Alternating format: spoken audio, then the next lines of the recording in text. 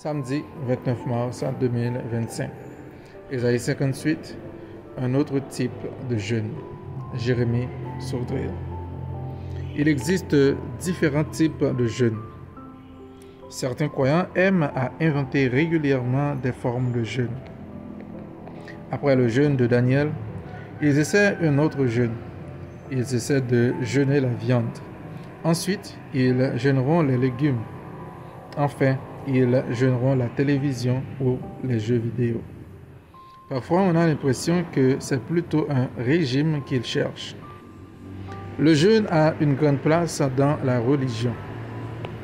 Il n'y a pas que dans le christianisme que les gens jeûnent, mais aussi dans l'islam, dans l'hindouisme et dans bien d'autres religions. Gloire à Dieu, nous ne suivons pas une religion. Nous ne suivons pas des philosophies humaines et des principes charnels et psychologiques. Nous suivons la parole de Dieu. Nous savons que le jeûne n'impressionne pas Dieu. Dieu reste le même après et avant le jeûne. C'est nous qui changeons. Certains sont morts de faim d'avoir jeûné pour une cause. Certains pensent forcer Dieu en jeûnant et ils disent « Dieu va être obligé de répondre en voyant combien je jeûne longtemps. » Mais souvent, la base du jeûne est charnelle et effectuée par les propres forces de la personne. Beaucoup de chrétiens se posent des questions sur le jeûne.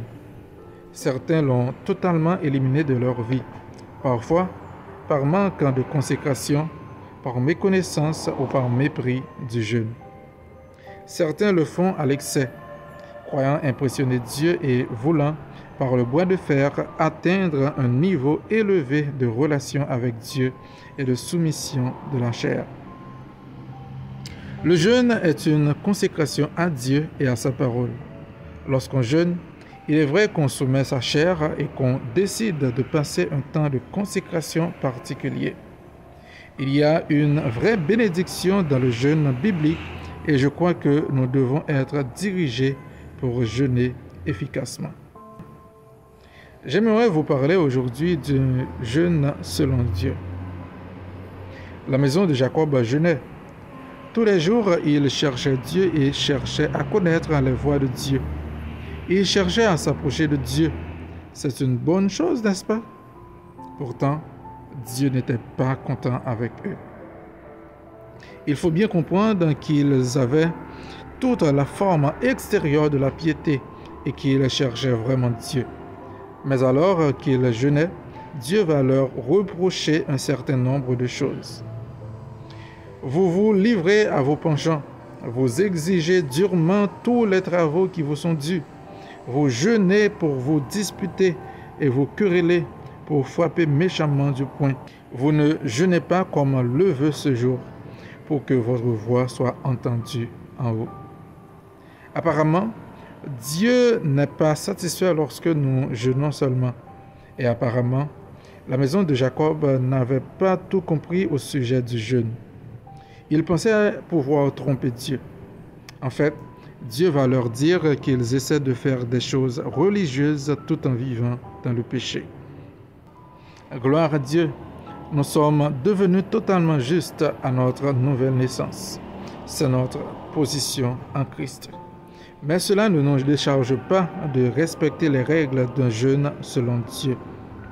N'est-ce pas excellent de voir ce que Dieu demande d'un jeûne?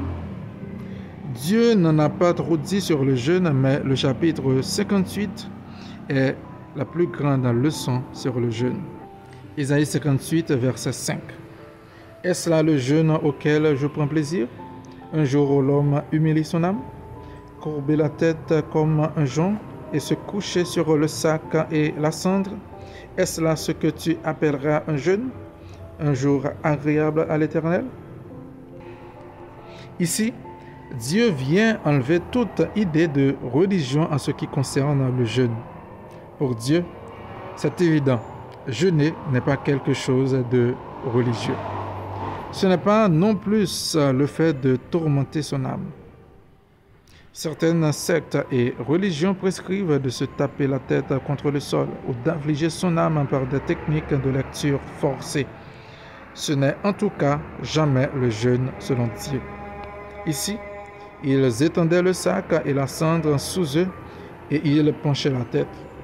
Le jour du jeûne n'est pas un jour où nous sommes désespérés, malheureux et sans espoir sous prétexte de grande humilité. Ésaïe 58, verset 6. Voici le jeûne auquel je prends plaisir. Détache les chaînes de la méchanceté, dénoue les liens de la servitude, renvoie libres les opprimés et que l'on rompe toute espèce de joug. Ici, Dieu amène un principe révolutionnaire pour beaucoup. Pour Dieu, un vrai jeûne est de délivrer, libérer, briser les jours de quelqu'un. En fait, au lieu de s'apitoyer sur soi-même et d'écouter toute la journée le bruit de son ventre qui crie, Dieu veut qu'on ait le regard tourné vers les autres. Ainsi, si vous aviez décidé de passer un jour entier de 12 heures à jeûner et prier, ne serait-ce pas une bonne idée de s'occuper d'une personne, de la bénir, d'avoir pour elle des paroles d'encouragement, des paroles de réconfort? Ne serait-ce pas une bonne chose que de sortir dans la rue pour annoncer l'évangile libérateur et de chercher quelqu'un dont vous pourriez enlever le joug? Pensez-y. Ésaïe 58, verset 7. Partage ton pain avec celui qui a faim et fais entrer dans ta maison les malheureux sans asile. Si tu vois un homme nu, couvre-le et ne te détourne pas de ton semblable. Ici encore, Dieu vient révolutionner notre pensée. Il dit que nous pouvons partager notre nourriture. Donc, Dieu parle d'un jour de jeûne où nous mangeons. Il existe certaines personnes qui ont choisi d'être sobres tout le temps au lieu de jeûner pour ensuite se coinfrer de gâteaux à la fin de leur jeûne. Dieu parle de partager. Le jour de jeûne serait donc un jour de partage. Un jour où l'on pense encore à l'autre finalement. Mais pas à n'importe quel autre, à celui qui a faim. Donc nous pourrions partager quelque chose que l'autre n'a pas. Que pourrions-nous partager aujourd'hui?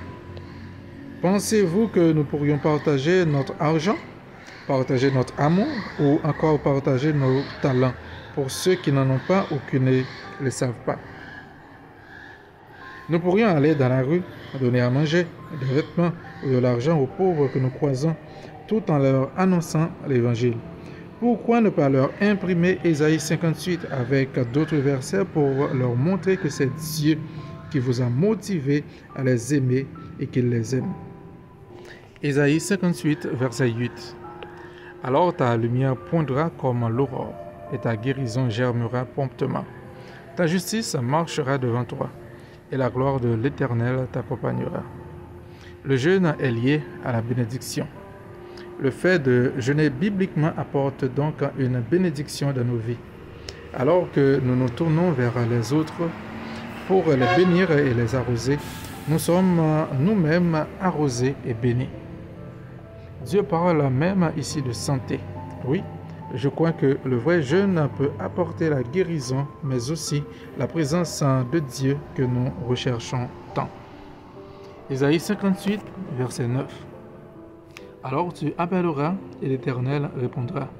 Tu crieras et il dira, me voici. Si tu éloignes du milieu de toi le joug, les gestes menaçants et les discours injurieux.